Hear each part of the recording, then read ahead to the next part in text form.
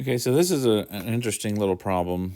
Here they're asking us to determine the value of R, which this is R here, such that the energy stored in both the inductor and the capacitor are equal. And that's in the DC steady state.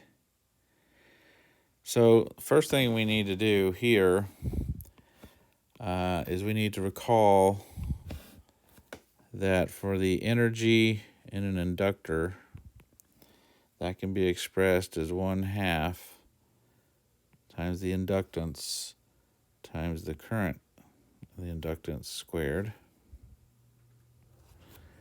And likewise, the energy in a capacitor, it can be 1/2 the capacitance times the voltage plus the capacitance squared. But in this case, in this circuit, when we reach steady state, again, that's a key term, key condition here in DC steady state. When we look at this branch right here, when we write an expression for IL, we see that IL is going to be we see that IL is going to be equal to the voltage across the capacitor over R.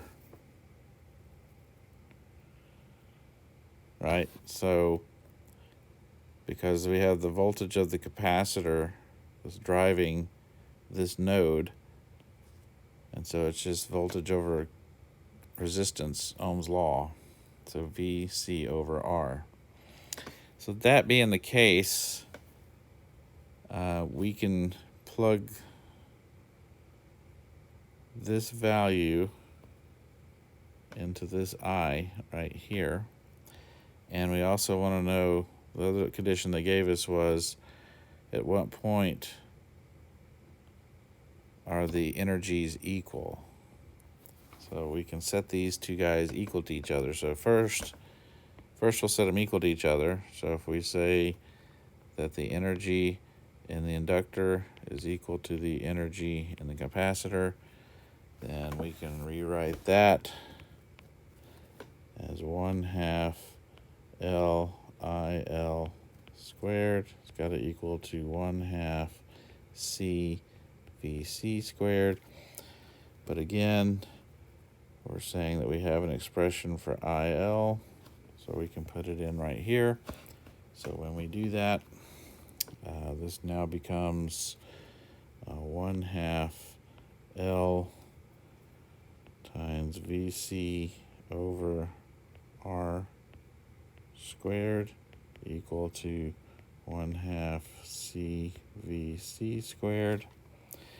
And so if we do some algebraic manipulation here, we can see that we can cancel things out, and then this becomes L over R squared is equal to C.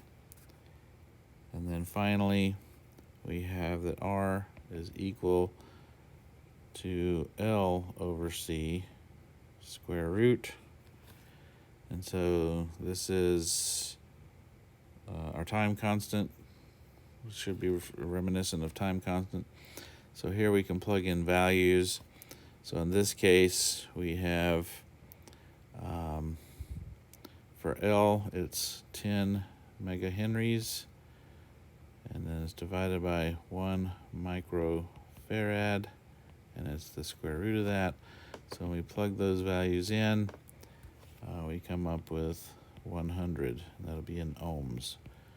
So this is the value of R we can plug in here that would cause, in the steady state condition in the DC circuit, for both the capacitor and the inductor to have equal stored energy.